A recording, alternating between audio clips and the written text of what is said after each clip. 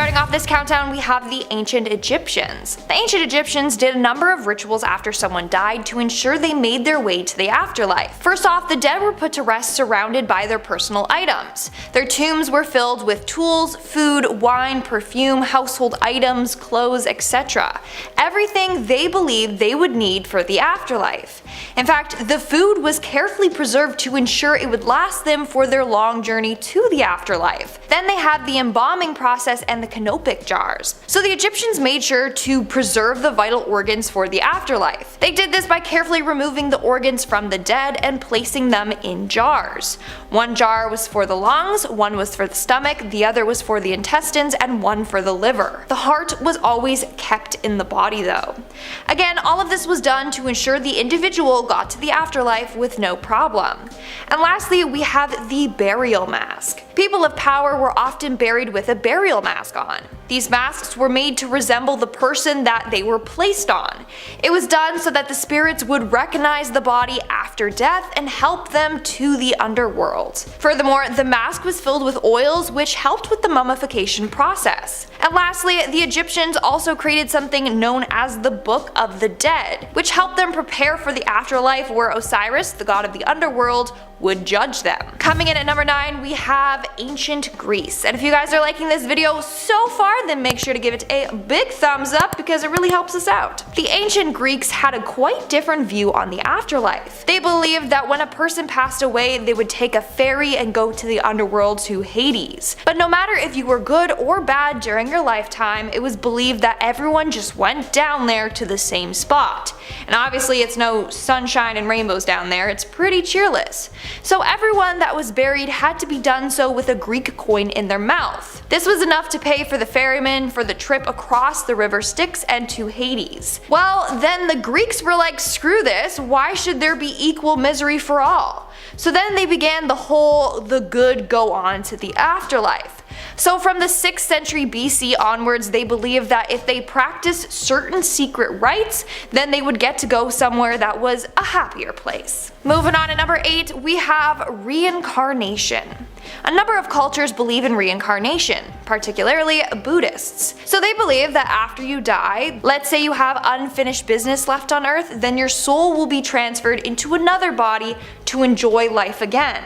The reincarnation process will continue on and on until you accomplish everything that you believe you have been set out to do. By doing so, you will reach nirvana. It's the end of suffering and a heavenly paradise where your soul can rest. Moving on to number 7, we have the Chinese burial rituals. Similar to ancient Egyptians, the ancient Chinese believed that the dead should be buried with everything they would need in the afterlife, such as their personal property. In fact, people of power were often buried alongside their servants and soldiers. So they would engage in human sacrifice in order to make sure that the individual would be protected by their soldiers in the afterlife, but also would have an assistant there as well. That was until Emperor Yin Shi Huang. When his tomb was unearthed in 1974, they found an army of 8,000 life-sized terracotta soldiers. They were designed to be his protectors in the afterlife. So instead of sacrificing 8,000 people, they just created these ones instead, which is a much better choice if you ask me. Coming in at number 6, we have the water burial. A number of cultures, especially in Nordic countries, engage in something known as water burials. It's a sacred ritual in which the dead are placed in coffins and then at the top of cliffs facing towards water. Or they would place the bodies in something they called death ships. Then their bodies were placed on a river or ocean and pushed out. This was said to give the bodies back to the gods. We're now at our 5th and halfway mark with Jainism. There are approximately 4 million people that follow Jainism. This is the belief that there are a number of gods out there, as well as they believe in reincarnation. Similar to Buddhism, they believe that they will continue to reincarnate until they reach liberation. Liberation is only achieved if they avoid bad karma and cause no harm. Now here's the thing, the reincarnation process is pretty dark. So when people die and don't achieve liberation, they might have to go through 8 hells of suffering before their rebirth. Each hell gets colder and colder and gets worse and worse. The soul is subjected to a number of torturous things before they reach the final hell and are placed back on earth for another chance to reach liberation.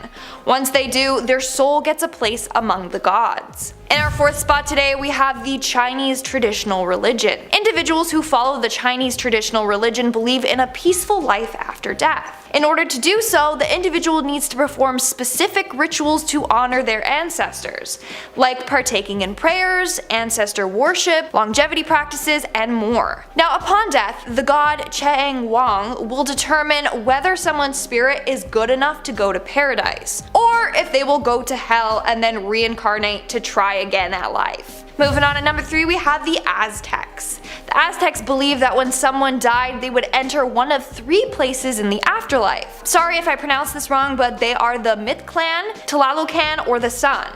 Mictlan is the underworld. Those that lost their lives from horrible causes would end up there. Tlalucan is a paradise ruled by a rain deity.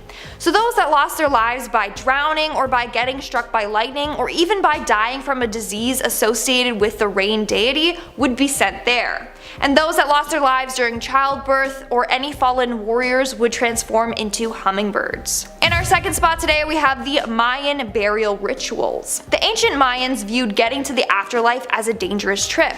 As a result, they buried the dead in a way that they believed was easier for the soul to pass through the afterlife and into paradise. So the dead were buried with maize, aka corn, in their mouths. That to them was a symbol of the rebirth of their souls. It was also said to provide them with nourishment on their journey. Additionally, their bodies were positioned in their graves in the direction of the Mayan paradise. They believed this would make it easier for them to get to the afterlife. And lastly, their bodies were sprinkled with red cinnabar and wrapped in cotton. This was said to be a disguise for them to avoid being attacked by demons while on their journey. Everyone who passed away had to go on this journey except for those who died at childbirth or died from sacrifice, battle, or took their own lives. If this was the case, it was believed that their soul would pass directly into paradise. And in our number 1 spot today, we have the lost souls. Now, let's talk about the poor souls that can't find peace and are stuck here on Earth. These are what we know of as ghosts. Now, ghosts are often tied to the location of their death. They often are stuck in that area if their death was sudden, like they were murdered.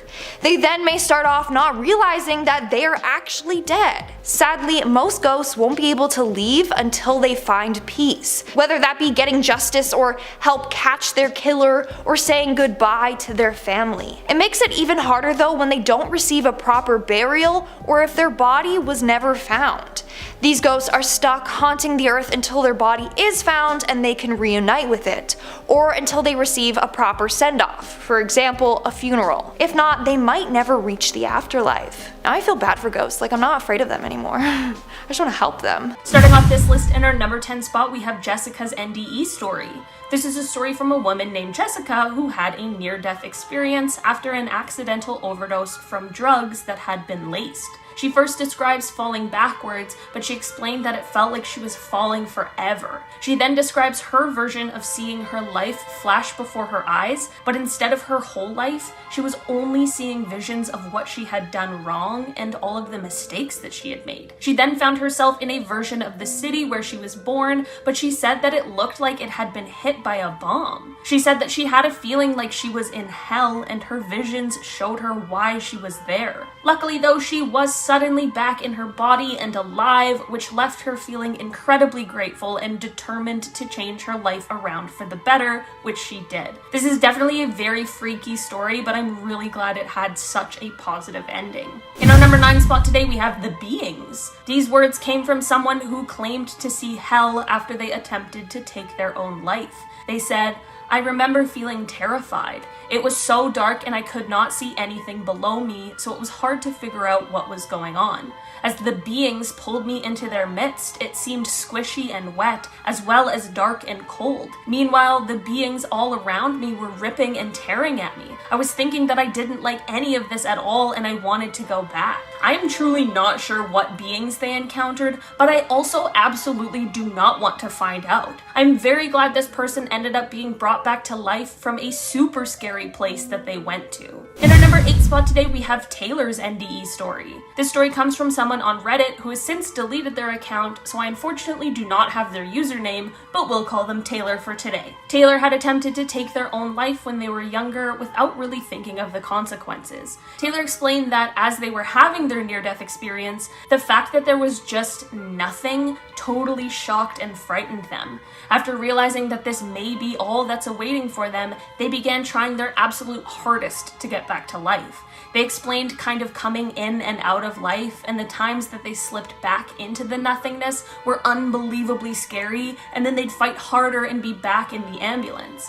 Once they arrived at the hospital, a preacher read them their last rites, and they just described being too tired to continue on fighting, and then they went back to the nothingness. Luckily, they woke up just a few days later and have been in a much better place ever since, which is exactly what we want to hear. In our number 7 spot today, we have BROFISTP. This one is a little different from the others on this list and comes from a Reddit user called BROFISTP, which is an incredible username. They explained that when they experienced death, they said it wasn't really like anything, it was just like sleeping.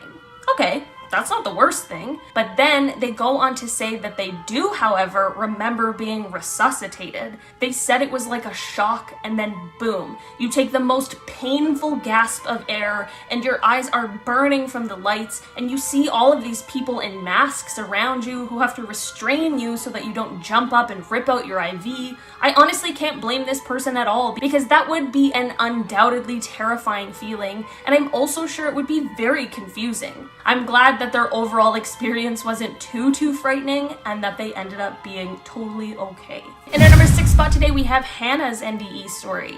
This story comes from a Czech woman named Hannah who experienced complications from pneumonia, which is what led to her near-death experience. While others on this list have scary words about the visions they saw, Hannah's story is not terrifying because of what she saw, but what she felt. She explains she saw a gray area that had lots of scattered boards and beams. She then explains that in the top right there was a circular light with an extremely bright center that she said felt really inviting and it was bringing her in. It was at this point that she realized what was happening and that the light was leading her into passing over. She said, "Suddenly I realized with horror that it was the transition between life and death. I said, I do not want to enter. I have not tried everything in my life." I'm very glad that Hannah was able to fight through and come back so that she could have all the experiences that she dreamed of. In our number 5 spot today, we have this childbirth NDE. This story comes from a woman who experienced death during childbirth, which is absolutely terrifying. She said that she noticed she was heading towards a black distance, and she said she felt like she was descending to hell. She describes trying to scream but not being able to produce any sound, which actually gives me the chills. She said she was just spinning in circles and felt like she could continue like that forever. She also said that she felt loneliness and emptiness from being in that space. Luckily, she was able to come back from the brink in order to be there for her baby, which is the ending that we all needed for sure. In our number 4 spot today, we have the void. I'm not exactly sure what caused this woman's close encounter with death, but she is another person who experienced the black void that a lot of others have on this list. She explains that she was drawn in by the dark void after death. She said she did not feel her body, which made her totally terrified. She said this is when she experienced nothingness and said it was like a dream. She said she felt drawn in by this void and said that she felt like she was heading towards another realm of existence. I'm not exactly sure what that would feel like, but I think I'm very grateful that I don't know. In the end, she was of course able to be resuscitated and brought back, which I am very, very glad about. In our number 3 spot today, we have Tyler Black 729's NDE experience. This story comes from Tyler Black 729 on Reddit, but it is actually a story from their father and his experience while having open heart surgery when he was in his 20s. The doctors had to stop his heart for around 20 to 30 minutes during the procedure so that they could put a mechanical valve in. Before this surgery, he explained that he wasn't really on a great path in life and had been involved in some things he definitely shouldn't have been. So, while his heart was stopped on the operating table, he found himself in a very dark place and began wandering and searching around. This is when he started running into really scary people that looked really strange, and they were all screaming at him. He was running away as fast as he could and found a corner to hide in. The people were continually getting closer though, and right before they got him, he saw his grandmother who had previously passed away, and she reached down to grab him. The next thing he remembered was being back in the hospital. He is convinced that he was in a temporary hell, and this scare was enough for him to completely turn his life around. It's really scary that he had these experiences, but I'm glad things turned out for the better and that his grandmother was there to rescue him. In the number 2 spot today, we have PIOTR'S NDE story. A Polish man named Piotr once tried to take his own life pretty early on in his life, which is extremely sad. He explains that his first visions were of people right beside him, but they were people in his life who had already passed away. He said that they were all friendly to him, but that they were also terrifyingly sad. After this, he explained that he felt like he was being dragged into a dark abyss that was supposed to be the afterlife, and in seeing the dark distance, he realized how frightening the situation was. He then explains that he was brought back to life by a commanding voice. I'm not sure what this commanding voice was, but I am glad he heard it and listened. Piotr's story has also been featured in a book titled The Polish Life, Afterlife. And in our number 1 spot today, we have JUSTICA's NDE story. This story comes from a Reddit user called JUSTICA about a near-death experience they had after attempting to take their own life. After explaining that they felt time slow down, they came to a place that they now call the Big Empty, and the way they describe it is just plain nothingness.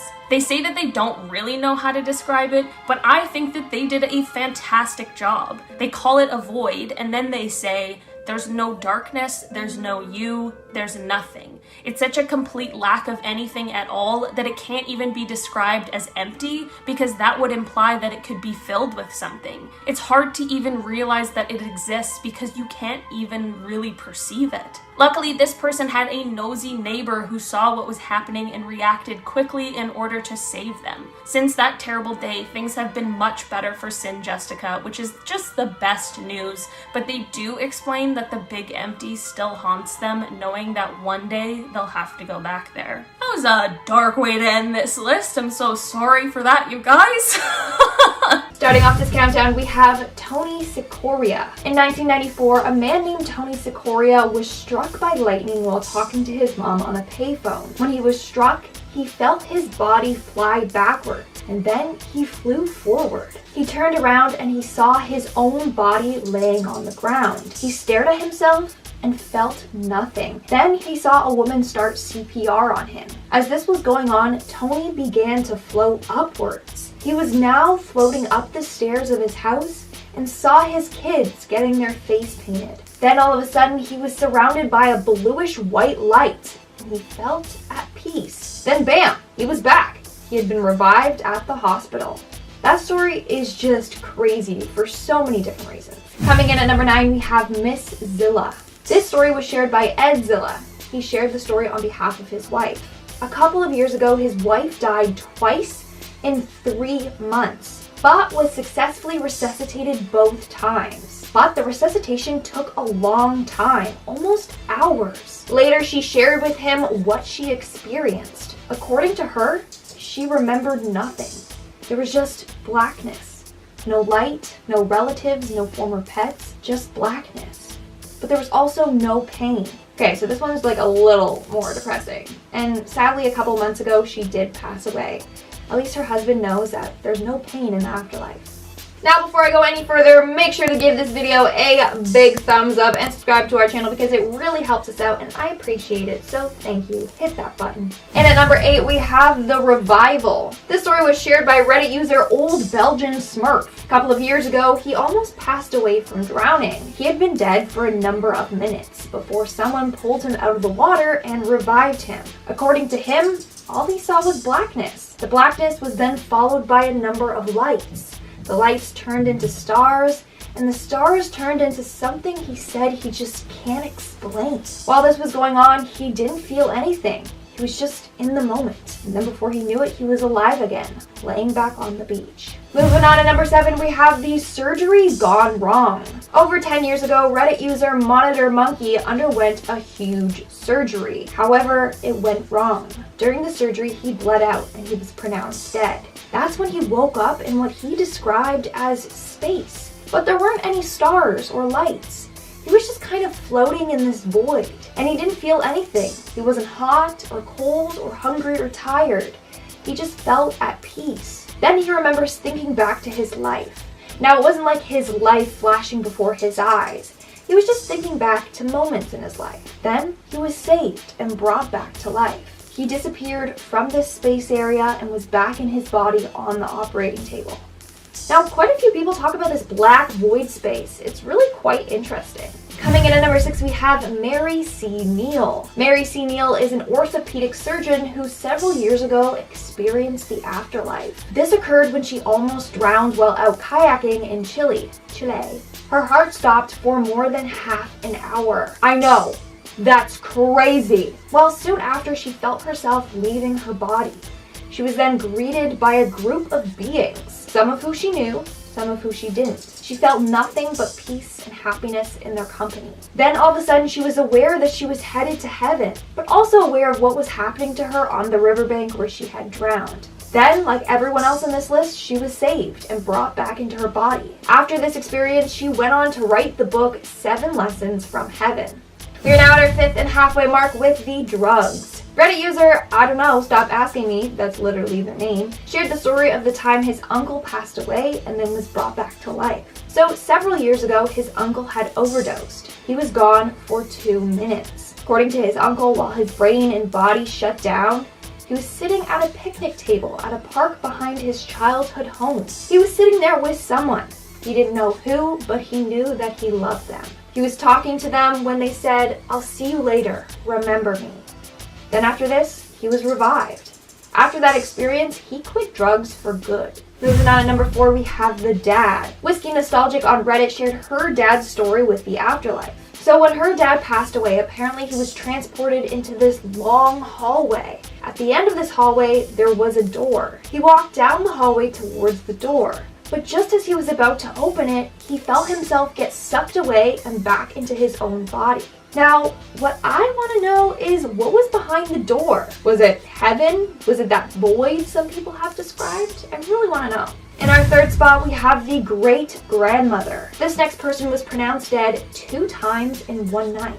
That night, they had gotten into a really bad car accident. All they remember is being pulled out of the car by their great-grandmother. They both then walked through a field of flowers together. She felt at peace. 2 weeks later, she woke up in the hospital. There, she saw her great-grandmother tell her everything was going to be okay before she disappeared.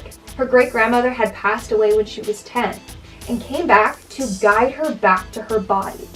That's an amazing story.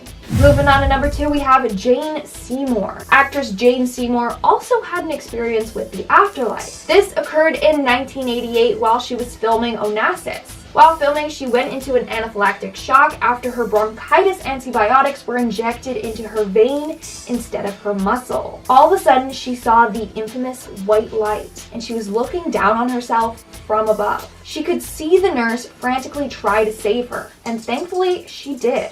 All of a sudden, she flew back down and was back in her own body. And in our number 1 spot, we have EBEN Alexander. In 2008, neurosurgeon EBEN Alexander slipped into a coma after being infected by a rare case of meningitis. When this happened, he was encountered by this spinning clear light. He described this as a portal that opened up another realm. He called it the Gateway Valley. He went on to say it was filled with vibrant plants and flowers and crystal pools. Everything was beautiful and bright. There was also thousands of people there dancing, and gold orbs flew in the sky. After being unconscious for a week, he woke up. Miraculously, he didn't suffer from any brain damage. He went on to write the book Proof of Heaven, and in there he describes in great detail the experience that he went through.